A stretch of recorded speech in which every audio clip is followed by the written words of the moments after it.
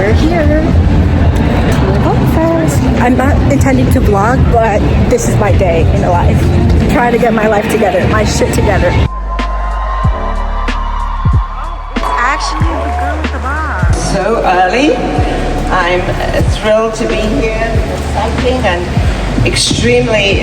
And now I'm blonde. See how that could just happen? And you're just attracted to one woman. Exactly, that part. Pop culture and insecurity, and I think for me, what I would say to anyone who's trying to find their comedic voice is don't look to other people's voices. You know, sometimes I'll see something on the internet and I'm like, oh, that just feels like maybe you're trying to get an audience, you're almost forcing it, and it doesn't feel like it's coming from you. And I think there's something really interesting, and why I think I was always so drawn to Mary Beth. It felt so singular. So I think trying to find that and really thinking about, like me personally, I'm always interested in performance that people do in order to be loved, accepted, hated, desired, whether that be in pop culture or in day-to-day interactions. And I think that's kind of was always interesting to me, but I think it is about finding those things and the things that excite you, not just like, I think this is what the industry wants, or I think this will get likes. I just think, you know, that just won't result in anything that you want to do for a long time either. And I think people setting and being like, this really, you nailed this. A little flyer. Look, that's so cute. I'm gonna lie, it's hot as fuck. With the ice cream truck. This is a fan. But it also, I have to tell you guys something very embarrassing happened. Boy, oh my gosh.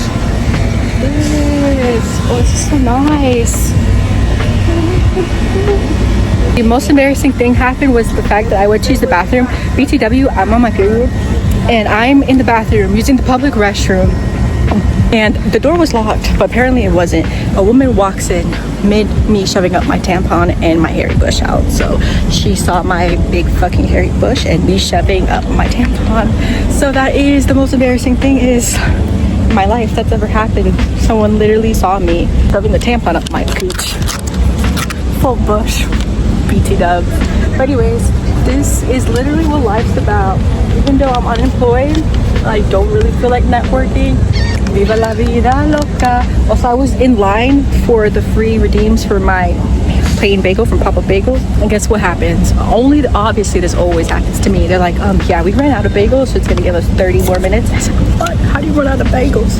So we have to wait 30 minutes, but honestly, we might just get some little ice cream. Look, ice cream for our little boy. Look at this skyline. La Policía. Look how nice. Isn't it so cute here? So I haven't been talking, but there's just a bunch of free shit. Instead of like sitting down and listening to people talking, I've just been standing in the line for free food. Because when are you ever gonna get free food in New York? So we are now gonna try some food. You like free food too? You like free food too? Okay, update guys, we left the event and we're having our sweet green Caesar salad wrap that was for free, and we're sitting in the middle of the highway.